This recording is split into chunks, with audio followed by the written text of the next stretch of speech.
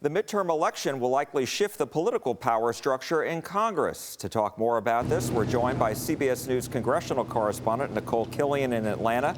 Welcome, Nikole.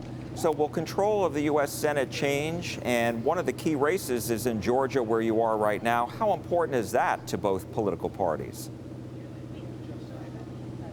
Well, Georgia is absolutely critical, especially for Republicans if they're seeking to take the majority, because they want to flip this seat. And so that's why you see a Herschel Walker bus right behind me. We were at one of his campaign events where he was joined by South Carolina Senator Lindsey Graham, who said that he is confident about Republicans' chances. And of course, this race remains exceedingly close. Both candidates, Herschel Walker and Senator Raphael Warnock, have only been separated by, at times, a point or two. So this really could go either way. And important to remember about Georgia, there's also the potential for this race to go to a runoff if no one gets 50%. So certainly as a whole, this is one race that nationally a lot of folks are looking closely at. But there are a number of toss-up races that will also be a determining factor, whether that's Nevada, whether that is Pennsylvania, whether that is Wisconsin, Ohio. There are a number of critical races that really will affect the balance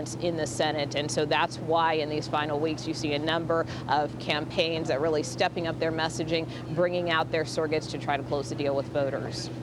Many analysts believe the Republicans will regain the majority in the House. How do the latest numbers look? What does the latest polling show about control of the House? Well, in terms of our latest CBS News battleground tracker, what it shows is that things are stabilizing for Republicans.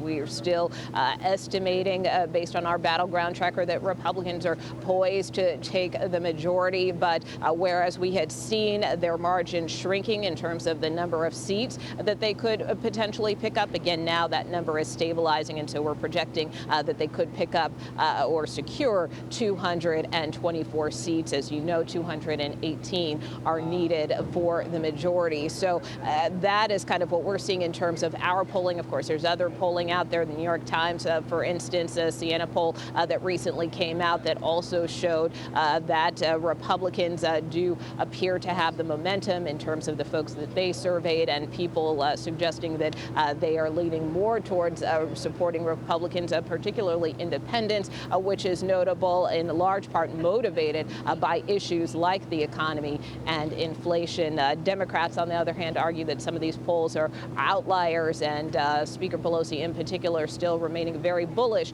about the chances of retaining the majority.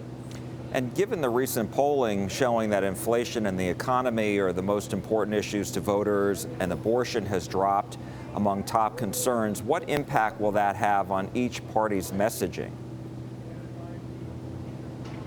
Well, you know, in terms of Democrats' messaging, I don't know that it will really have a significant impact, because many Democrats continue to argue that they feel that abortion rights is a critical issue for their base. And in terms of talking to voters, it does come up, especially talking to a lot of women who are concerned about their rights and the rights of their daughters. So it is an issue that is still front and center for a lot of people. And Democrats, of course, we saw the president even address the issue recently. So that being said, you know, Democrats also acknowledge that they are talking about those pocketbook issues, but that by far has been more of the central messaging that we have seen from Republicans, who really for well over a year now have been talking about inflation, who have been talking about the economy, consistently arguing that Democrats aren't paying enough attention to it, and that's why they believe that they should get the majority this fall.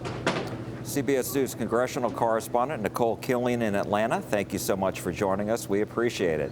And be sure to see more of the latest political reporting tonight on the CBS Evening News with Norah O'Donnell, right here on CBS 11 News at 5:30 p.m.